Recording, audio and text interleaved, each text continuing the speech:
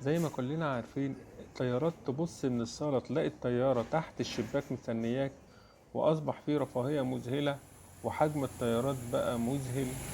وزي ما انتم شايفين الطيارات بالحجم دوت وبتتحرك بين الدول بالسرعات دي، والمطارات بالأحجام دي طبعا، وتقدم تكنولوجي رهيب. طبعا الناس بتبص الحاجات دي بشكل ان هي حاجات سهلة ومتاحة وعادي ومفيش مشكلة. لكن لو رجعنا بالزمن لورا، مثلا لما الأخوان رايت فكروا يعملوا الطيران، الأخوان رايت على فكرة اللي هو الأخوان رايت، واحد اسمه ويلبر رايت والتاني أورفير رايت، تمام. الاتنين دول كانوا بيحلموا بالطيران. لكن لو رجعت بالزمن معاهم هتتخيل بقى ايه؟ ان هما مثلا كانوا شغالين مهندسين طيران او بيحاولوا يدرسوا حتى علم الطيران؟ لا بالعكس، هتتفاجئ. ودي المفاجأة دي هتخليك تبقى عندك قدرة ان وثقة في اولادك ان هم يقدروا يعملوا حاجات ويخترعوا اختراعات كبيرة جدا. ليه بقى؟ لان الاخوان رايت كانوا شغالين بصيانة واصلاح الدراجات الهوائية، انتوا متخيلين؟ ولكن الشغف وحبهم للابتكار خلاهم هما الاتنين فكروا يعملوا حاجة بتطير زي مجسم كده، وقعدوا يفكروا في كذا فكرة، وعملوا حوالي 100 محاولة على شكل الجناح اللي يدولهم قوة طيران أكتر أو قوة طيران أكبر، وعملوا كذا محاولة على المحرك. الفكرة هنا أنا بقول ليه كده؟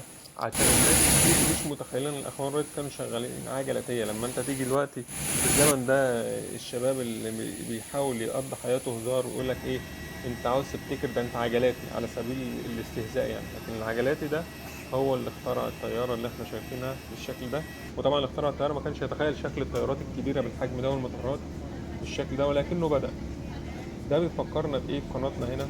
إن المهارات اليدوية مهمة جدا، إن الطفل يعمل بإيده. وزي ما بيقولوا في حكمة بتقول: من يعمل بعقله وقلبه ويديه فهو فنان. فنان مش يعني ممثل ولا مغني، لا، فنان يعني متقن لعمله، وبيخترع ويبتكر في عمله أيا كان عمله.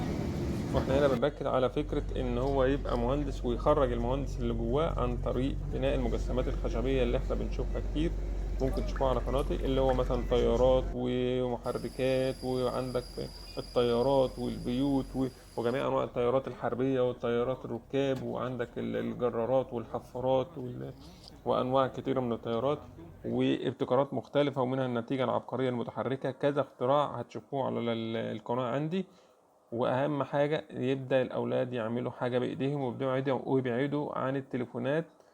ما تنسوش اللايك والشير والسبسكرايب، وتابعوا بقية الحلقة. شكرا لكم والسلام عليكم ورحمة الله وبركاته.